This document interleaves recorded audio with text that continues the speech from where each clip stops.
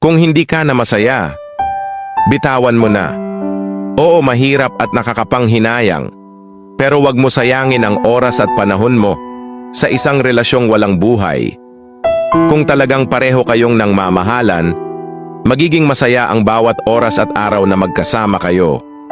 Kung pakiramdam mo hindi ka na masaya, hindi na worth it, bitaw ka muna.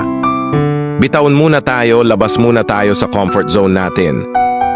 Baka sakaling sa pagbitaw natin, ma-realize nila kung ano yung mawawala sa kanila.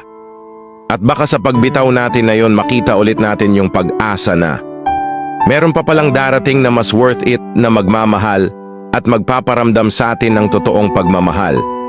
Yung pagmamahal na hindi mo naiisipan pang humanap ng iba kasi sapat na at sobra tuwa pa yung kaya niyang ibigay. Huwag na tayong manghinayang sa tagal na ng naging karelasyon natin kung hindi rin naman tayo kayang pahalagahan ng taong pinili nating mahalin.